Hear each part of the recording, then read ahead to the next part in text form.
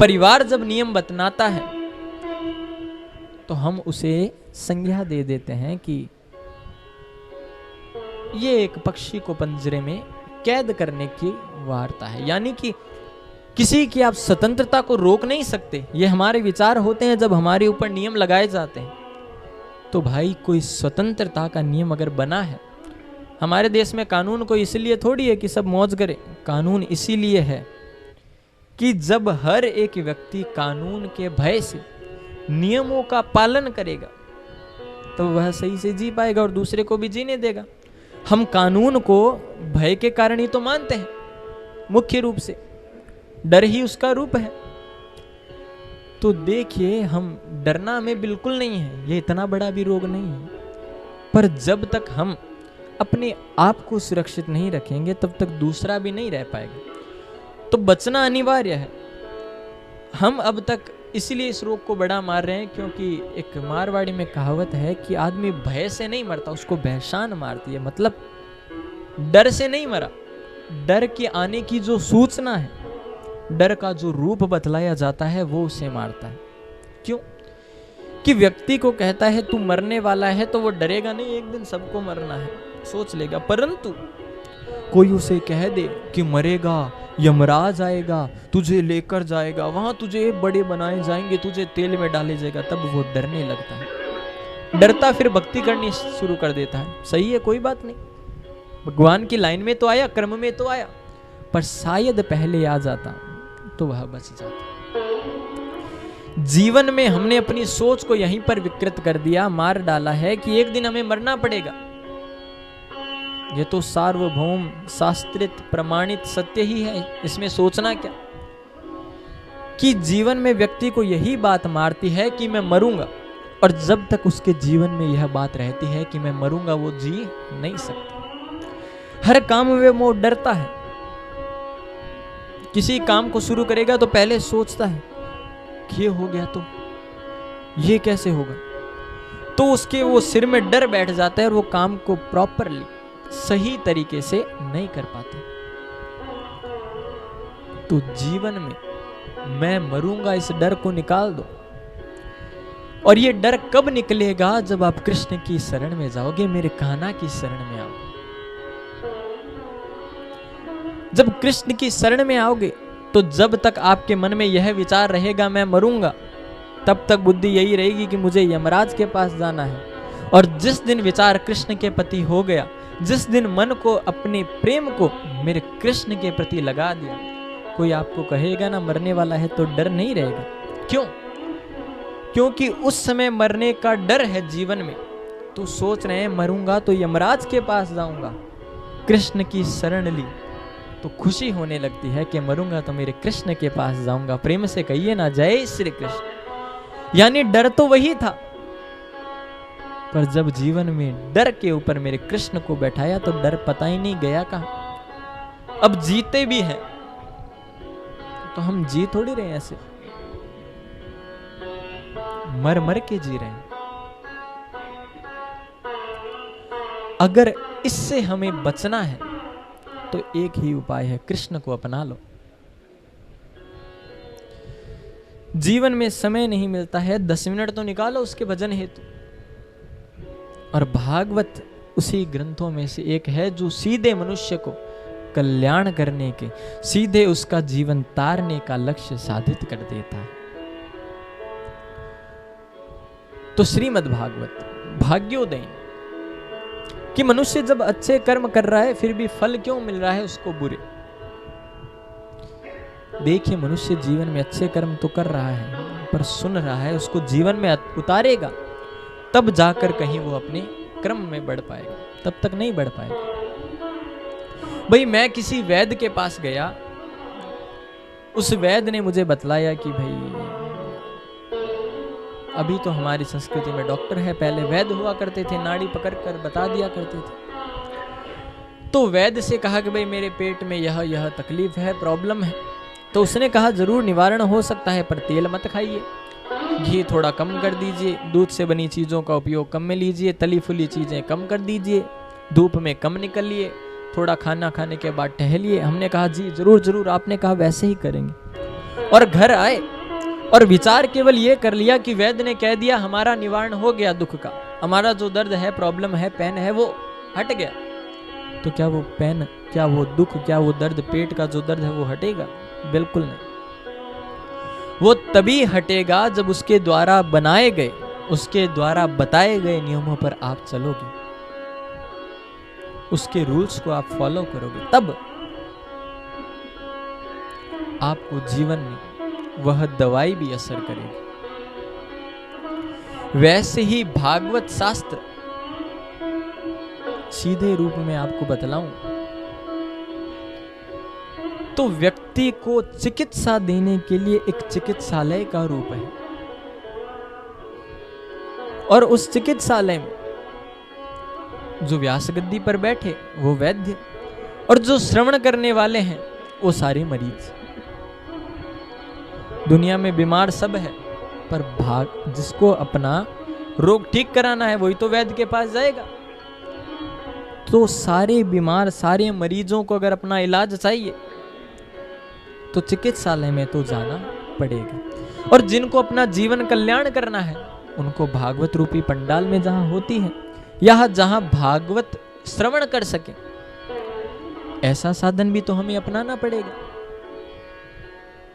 तो ऐसे साधन के लिए भागवत को सुनने जाना जितना जरूरी है उतना ही जरूरी है उसके ऊपर अमल करना। डॉक्टर द्वारा, वैद्य द्वारा दिए निर्देशों का जैसे पालन करने पे रोग ठीक हो जाता है, वैसे ही जो हम बतलाते हैं आपको, उसका जब तक आप उसकी ओर बढ़ोगे नहीं, क्या है 10 दिन नहीं होगा, 20 दिन नहीं होगा, महीने भर नहीं होगा, साल भर नहीं होगा नियमों का पालन, पर आदत पड़ जाएगी।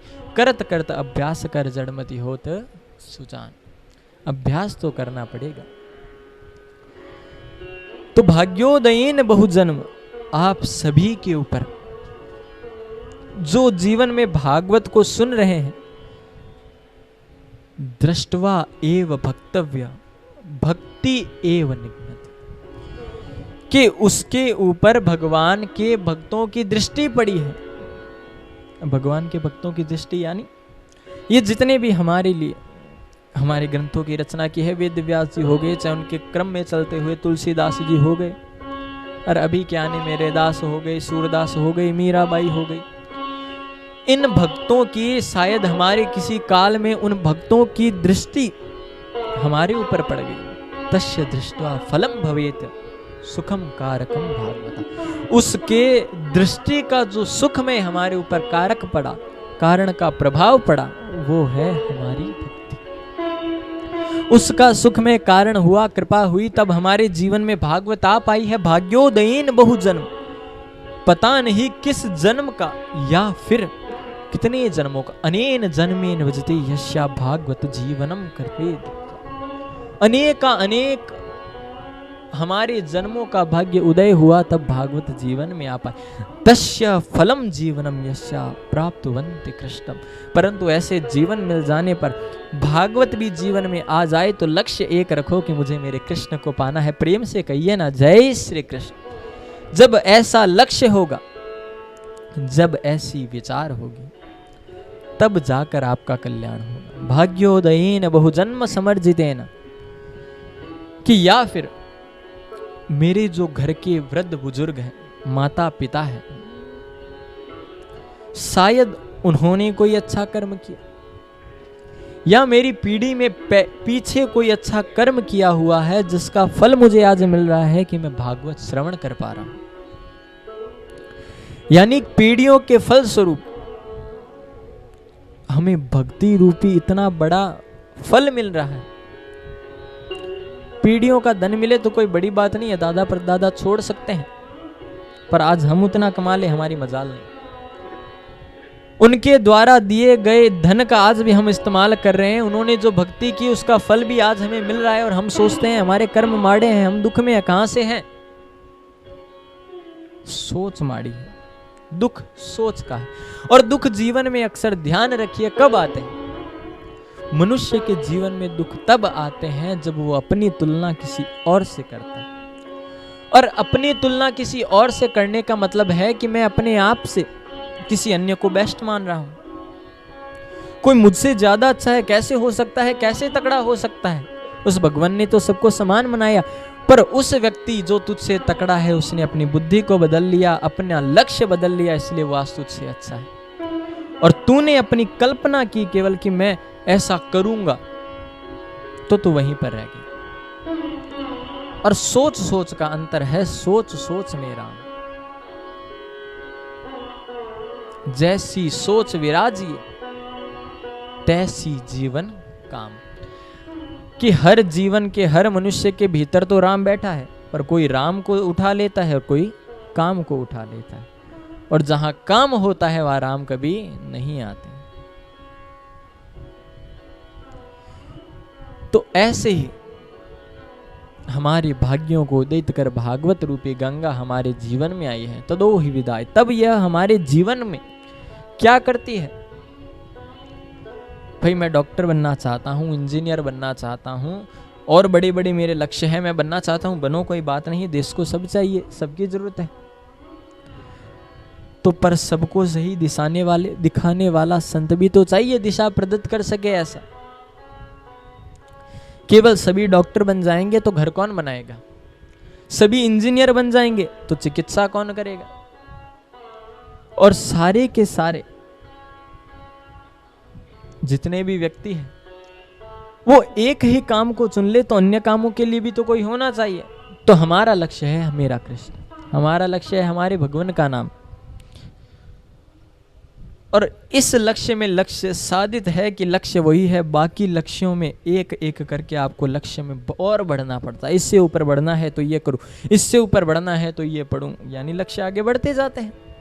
पर मेरा लक्ष्य कृष्ण है तो आपको आगे बढ़ना जरूरी नहीं है, आगे नहीं बढ़ना।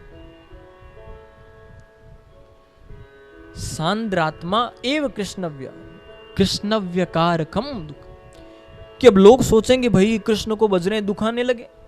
सांद्रात्मा, आत्मा विचार करती है कि भगवान को भज लूं कोई बड़ी बात नहीं है, पर जब भगवान का भजूं दुख आए क्यों भाई, ऐसा हम काम क्यों करें? तो दुख तो आएंगे। दुख आपके जीवन में कोई कम नहीं कर सकता। तो कहेंगे फिर भजन क्यों करे जब दुख कम ही नहीं कर सकता? भगवान आपके जीवन में दुख का आभास कम कर सकते हैं, उससे लड़ने की शक्ति दे सकते हैं। प्रहलाद भगवान का भक्त था, ऊंचे ऊंचे पहाड़ों से फेंक दिया पिता ने। सृणत्व एव रूपम की सर्पों के विषेले, काल विक्य रूपेण विषेले, जो विषेल पूर्ण रूप से विषेलित थे, उतने बड़े बड़े सर्पों के सामने डाल दिया।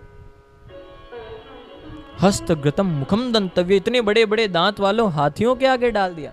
दुख कम हुआ? नहीं हुआ। पर प्रहलाद के मन से उस दुख को, उस भय को सहन करने की शक्ति थी। उस दुख का आभास मिट चुका था।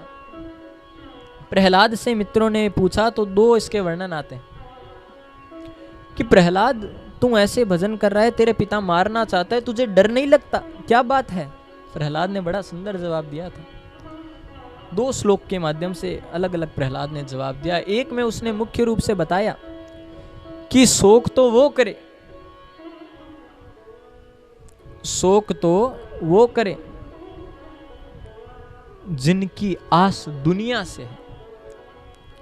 मैं शोक क्यों करूं जब मेरी आस कृष्ण कन्हैया से है? कि मैं शोक क्यों करूंगा जब मेरा तो वो गिरधर गोपाल है, कृष्ण है, तो मैं दुनिया के बारे में क्यों सोचूं? ये दुनिया मुझे क्या देगी? दुनिया 10, 20, 50 हजार लाख रुपए देकर मेरा भविष्य निर्माण कर सकती है, पर मेरा जीवन नहीं बना सकती। मैं किसी व्यक्ति से उसका धन हड़प सकता हूं, पर उस व्यक्ति ने जिस हुनर से धन कमाया है वो मैं जीवन में नहीं सीख सकता। यानी जीवन में जो हुनर है वो है उस डर से लड़ने की शक्ति, वो भगवान दे देता है, तो फिर डर रहा कहां से? शोकाकुल देहि तत्व जीवनम जगयोपि ममस्य दुखम न भवेत शोकाकुल भगवंती हरेत। कि भला मैं दुख क्यों करूंगा? शोक तो वो करे जो दुनिया से आस रखे। मेरा तो आस गिरधर गोपाल है, तो मुझे किसी से आस रखने की भी जरूरत नहीं है। तो जीवन में अपने आप को कृष्ण के प्रति समर्पित करो, क्योंकि वो आपको दुख से लड़ने की, अज्ञान हेतु कृत मोह मदांधकार नाश, कि वो आपका दुख नहीं मिटा सकता, जीवन में हो सके दुख और दे दे। पर कुंती ने क्या कहा था याद है ना, कि कृष्ण मैं उस सुख को सुख नहीं मानती और मैं उस दुख को दुख नहीं मानती। मैं उस सुख को बार बार धिक्कारती हूं, सुख के माथे सिल पड़े जो हरि हृदय से जाए, बलिहारी व दुख की जो पल पल हरि नाम जपाए। कि कृष्ण मैं सुख का लेकर करूंगी क्या, तुम तो मेरे जीवन से ही चले जाओगे वो आते ही। मुझे तो वो दुख बार बार चाहिए, हर क्षण चाहिए, जो तुम्हारी याद दिलाए मेरे कृष्ण। विपदो नेव विपदः संपदो नेव संपद, विपद नारायण विस्मृति संपदो समृति एव च। कि वो विपदा विपदा नहीं है और वो संपत्ति संपत्ति नहीं है। विपदा वो है जो कृष्ण को भुला दे, और संपत्ति वो है, सुख वो है, आनंद का कारण वो है जो कृष्ण को याद दिला दे।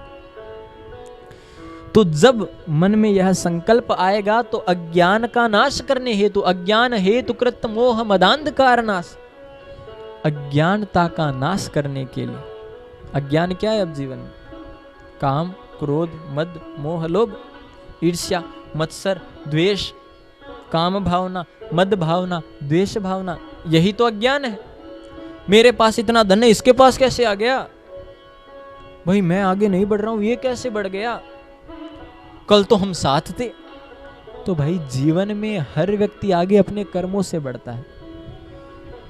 जीवन में आपको प्रयत्न करना पड़ेगा तभी उसका फल मिलेगा। घर बैठे मैं सोचूं मैं राजा बन जाऊं, बनूंगा थोड़ी। घर बैठे मैं सोचूं डॉक्टर बन जाऊं, बनूंगा थोड़ी। प्रयत्न करना जरूरी है। और आज के समय में यह नहीं है कि राजा का बेटा ही राजा बने। अब तो वो आया था ना कि राजा वही बनेगा जो योग्य होगा। आपकी योग्यता है तो आप आगे बढ़ सकते हो, और वो योग्यता मेरा कृष्ण आपके जीवन में डर से समाप्त करके आपको प्रदान करता है।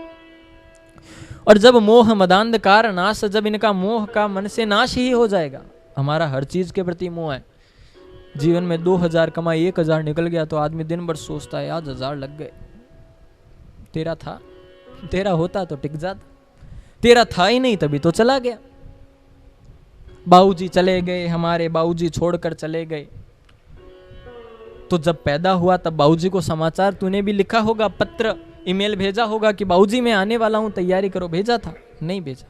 और बाबूजी जब चले गए तो तुझे भी वहां से शायद ईमेल या व्हाट्सएप किया ही होगा कि हम यहाँ आराम से हैं, बड़े आराम से, चारों तरफ एसी है, यहाँ पर मेनका है, उर्वशी है, रंबा है, करते थोड़ी है। तो भाई जब गया वो मेरा नहीं, जो आने वाला वो मेरा नहीं, तो चिंता किसकी करूं? चिंता उसकी करो कि एक क्षण भी बिना हरि नाम के ना जाए। श्वास श्वास पर कृष्ण भ्रजी, वृथा श्वास जनी खोए, ना जाने या श्वास की आवन होए ना होए। कि चिंता तो ये करो कि कोई भी श्वास बिना कृष्ण के नाम के नहीं जाए। और जो चिंता ये करती है कि आज तो रुपए लग गए, अब क्या होगा, उसके चिंता यही लगी रहती है, फिर वो उससे निखर कर आगे नहीं आ पाता। मेरा है वो मेरे पास रहेगा, क्योंकि उसको मैंने अपनाया है मेरे हुनर से। अगर हुनर होगा तो मैं उतना फिर कर लूंगा, पर अगर मैंने हुनर से ही नहीं कमाया, राग द्वेष से, मोह जीवन में अपना कर, काम वश से, क्रोध के वश से, ईर्ष्या से, मत्सर से कमाया है, तो वो टिकेगा नहीं, वो बुरे कामों में लग जाएगा। डॉक्टर जी बड़ा सिर दर्द कर रहा है, बताओ क्या है? डॉक्टर ने बेचारे ने 50 रुपए की दवाई लिख दी। गए, 1 महीना हो गया, असर नहीं हुआ। बड़े अस्पताल में गए, जाकर कहा असर नहीं हुई, उन्होंने 5000 की लिख दी। उससे बड़े गए, 5000 में भी असर नहीं हुआ। डॉक्टर ने कहा आपकी तो ये होगी, ये स्कैन होगा, ये होगा, ये होगा, 50,000 का खर्चा। वो भी चेक कराए तो कहा आई एम सॉरी, आपके दिमाग में तो ट्यूमर है, अब आपको विदेश जाना पड़ेगा। विदेश जाकर भी इलाज करा के आओगे तो वो भी एक बात कहेंगे कि हमने तो अपना काम कर दिया, पर बाकी आस भगवान से है। जिस समय आप अपने परिवार के किसी जन का ऑपरेशन करवाते हैं, उस समय डॉक्टर के सामने हाथ पैर जोड़कर सब कह दीजिए बचाओ बचाओ, वो कहेगा हमने अपनी पूरी कोशिश की, पर बाकी ऊपर वाला जानता है, आप उससे प्रार्थना कीजिए। तो जीवन में ध्यान रखिएगा, आपसे जीवन में हर कोई यह कह सकता है आई एम सॉरी, पर मेरा कृष्ण कभी आपको आई एम सॉरी नहीं कहेगा। वो यही कहेगा कि जीवन में हर समय तेरे लिए तैयार हूं, तू आगे बढ़ तो सही मेरी तरफ। परिवार के पास जाओगे, शायद अपनी निसहायता वो बतला दे कि हम इस समय आपकी सेवा में अवेलेबल नहीं है, हम आपकी सेवा नहीं कर सकते, आई एम सॉरी। दोस्तों के पास जाए, मित्र सहायता कर, मित्र भी कहते भाई अभी तुझे पता है ये स्थिति चल रही है, ये कैसे करूं वो कैसे करूं, आई एम सॉरी। परिवार के पास चला गया, मित्रों के पास, इधर उधर सब जगह भटक लिया, जवाब एक ही मिला, आई एम सॉरी। पर जिस समय मेरे कृष्ण के पास जाते हैं वो आई एम सॉरी नहीं कहते, वो जीवन में एक ही बात कहते हैं, यू आर माई, तुम केवल मेरे हो। और जब जीवन में तुमने ये सोच रख ली कि कृष्ण यू आर माई, तुम मेरे हो, उस दिन तुम्हें किसी से आई एम सॉरी सुनने की जरूरत नहीं पड़ेगी। कहिए ना प्रेम से जय श्री कृष्ण। यानी हमने कृष्ण को तो अपना माना ही नहीं, अपना मानते हैं उन नोटों को जिस पे गांधी जी बैठे हैं, अपना मानते हैं उन सुख सुविधाओं को जो शायद क्षण भर की भी नहीं है, अपना मानते हैं उस व्यक्ति को जो शायद आज है और कल छोड़कर चला जाए, उन सभी को अपना मान रखा है। तो जिसको अपना मानोगे वो तो दुख देगा, वरना वो अपना कैसा जो दुख ना देवे। पर जिस दिन मेरे कृष्ण को अपना मान लिया, दुख आएंगे, भर के आएंगे, टूट टूट कर आएंगे। कि कृष्ण से पूछा कि तुम अपने भक्त को बहुत धनवान बनाने वाले हो, बहुत कृपा करने वाले हो, उसकी पहचान क्या है? कृष्ण ने कहा उसके पास जो है मैं वो सारा का सारा हर लेता हूं, कर्षणम एवं, सारा का सारा खींच कर अपनी माया के द्वारा मैं खींच लेता हूं। ऐसे उसके जीवन से उस धन को निकाल लेता हूं, ऐसे उसके जीवन से माया को निकाल लेता हूं कि वो भूल जाता है हुआ क्या, कैसे हुआ, क्यों हुआ, किस लिए हुआ। पर उस समय अगर वो माया पति को याद कर ले तो वो माया आते भी समय नहीं लगाती। प्रेम से कहिए ना जय श्री कृष्ण। पर उस समय वो सकपका जाता है, केवल धन दिखता है, पैसे लाऊंगा कहां से, फिर कमाऊंगा कैसे, इतना समय लग जाएगा। तो भाई कमा के नाम कर लिया 2 महीने में, तो आराम से बैठकर अभी भी आप कमा ही रहे होगे। तो आपदा जीवन में कब आ जाए, पर आपदा के प्रबंध हेतु कृष्ण को अपनाओ, दान को अपनाओ, अच्छे काम को अपनाओ, तभी जीवन में साधित हो सकता है। और यही बतलाया गया है भागवत के महात्म्य में। हम भाई किसी काम को करते हैं तो पहले यही सोचते हैं ये कैसे होगा, ये काम कर तो रहा हूं, धन आएगा नहीं आएगा, ये दुकान खोल तो ली है, अब लाभ होगा कि हानि, ये काम कर तो रहा हूं, इन्वेस्ट कर तो रहा हूं, पर लॉस होगा तो क्या होगा, फिर क्या होगा। तो हर काम हम सोचकर ही करते हैं। पर एक बात बड़े ध्यान से सुनिएगा कि जब जीवन में कृष्ण आ जाता है, जीवन में हमारे कर्म अच्छे हो जाते हैं, तो लॉस का जीवन में स्थान ही नहीं रहता। निकल जाएगा वो आके, आप कहेंगे गया सो गया, बाल बाल बच गए, वो हरि की कृपा होती। कई बार हम किसी घर के पास से जाते हैं, ऊपर से ईंट आके गिरे, हम कहते हैं अरे बाल बाल बच गया, अभी तो सिर खुल जाता। वो बाल बाल बचना हरि की कृपा है, पूरा घर ऊपर आ जाता तो। पर हम कहते हैं भगवान होता तो हमें बचा लेता, हमें इतनी सी भी चोट क्यों दी। क्यों भाई, जीवन में उसे कुछ समझा नहीं है और दोष उसको, जो अच्छा काम किया वो मैंने किया, जो बुरा किया वो भगवान थे, सो भगवान की मर्जी हो गया। अरे अच्छा काम करूं मैं, बुरा काम हो तो भगवान जिम्मेदार। क्यों भाई, अच्छे काम में मेरा नाम हो, बुरा काम हो तो राम करता है, सो अच्छा ही करता है, हो गया, गलती थी कर ली, कोई बात। अरे भाई जिसमें मेरा नाम हो वो तो मेरा, और जिसमें मेरी ख्याति को ठेस पहुंचे, नुकसान पहुंचे, वो मेरे कृष्ण का। क्यों भाई, जीवन में हर व्यक्ति की भगवान से शिकायत रहती है, क्योंकि उसके जीवन में अज्ञानता है। और श्रीमद् भागवत अज्ञानता का नाश कर मोह मदांधकार नाश तदो ही दयते विवेक, उनका नाश कर विवेक प्रदान करती है, बुद्धि प्रदान करती है। कि जो व्यक्ति ये सोचता है मेरा लाभ होगा, हानि होगी, क्या होगी, उसका विस्तृत वर्णन है जिसमें महत्व बतलाया गया। एव महात्म्य महत्व प्रदायति भागवते, जो भागवत के महत्व प्रदान करती है, बतलाती है, वो है भागवत का महात्म्य। कोई व्यक्ति देखिए बड़ी सुंदर, हम तो सोचते हैं कि आज के ज़माने में हम टेक्निकल आगे बढ़ रहे हैं, ऑनलाइन हो गए, शायद हम विकास कर लें। आज से कई हजारों साल पहले यह ग्रंथों में लिखा जा चुका है। सुर नर मुनि जन सबकी यह रीति, स्वार्थ लाग करे ही सब प्रीति। चाहे सुर है, चाहे मुनि है, चाहे नर मनुष्य है, चाहे कोई भी जन हो, एवरीबडी, कोई भी, एवरीवन, एवरीवन, सब कोई जीवन में काम करेगा तो अपना स्वार्थ पहले देखेगा। मेरा क्या मुनाफा है? मेरा मुनाफा नहीं है तो मैं काम क्यों करूंगा भाई? क्यों समय खराब करूं? सही है, बिल्कुल सही है, अपना समय क्यों नाश करूं?